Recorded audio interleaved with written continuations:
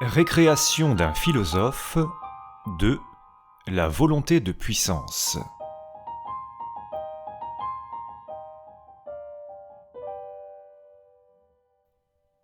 La vie, je l'affirme à mon tour, est une volonté de puissance.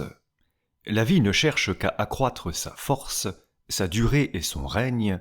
Cette volonté est le fond de sa nature.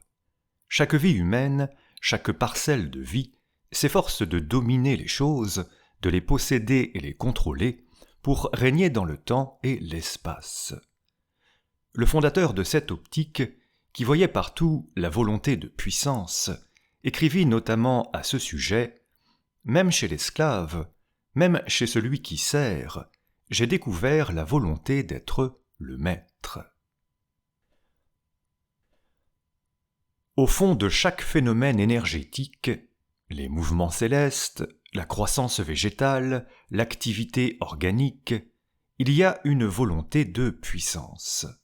Cette volonté, pour ce qui concerne l'espèce humaine, se manifeste à travers la nutrition, la procréation ou encore la cicatrisation, grâce auxquelles nous accumulons de la force, de la durée et du règne.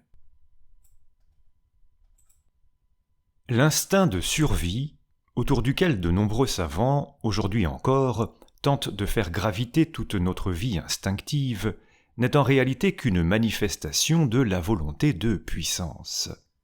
La vie, en effet, ne veut pas seulement survivre en s'adaptant aux agressions extérieures, elle est elle-même une agression, une force active qui s'efforce de dominer les choses, de les posséder et les contrôler, de régner sur elles.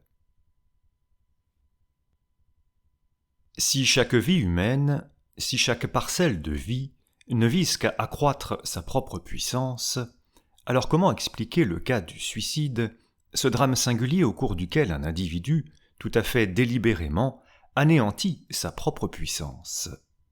Si chaque vie humaine ne vise qu'à accroître sa force, comment un homme peut-il, à travers le suicide, renoncer à toute sa puissance? Je ne vais pas me contenter, messieurs les philosophes, d'être le premier à soulever cette question dérangeante, je vais aussi la résoudre. Lors du suicide, la conscience de l'individu, à cause d'une maladie, d'une blessure ou de la vieillesse, prend parti contre la vie de l'individu, tandis que celle-ci continue de vouloir sa puissance. Le suicide, au fond, fonctionne comme toute autre espèce de mort. À chaque fois, il y est question d'un organe qui s'effrite, se corrompt et se brise, ce qui provoque la mort de l'individu, malgré la vie en lui, qui continue alors de vouloir sa puissance. Dans le cas de l'infarctus, c'est l'artère qui ne fonctionne plus. Dans le cas du suicide, c'est la conscience qui s'effondre. Je n'ajouterai rien ici au sujet de la volonté de puissance, puisque quelques lignes claires et précises valent parfois mieux qu'un long discours. Je préciserai tout de même, à l'adresse de ceux qui désirent approfondir cette notion, que son fondateur l'évoque essentiellement dans un livre intitulé « Par-delà bien et mal ». Enfin, pour tordre le cou à certains commentateurs qui dénaturent la notion nietzschéenne de volonté de puissance, je me contenterai de présenter à vos oreilles, pour la seconde fois, l'aphorisme avec lequel débuta cette leçon.